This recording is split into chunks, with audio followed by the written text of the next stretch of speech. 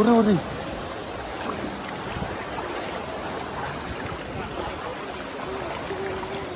ఇక్కడ కొంచెం లోతైందిరా.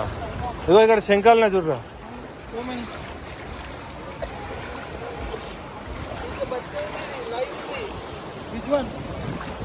చూపి షోమి.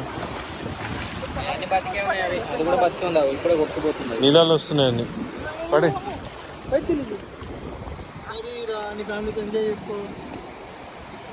ఏంటి నత్తలా చెప్పాలా?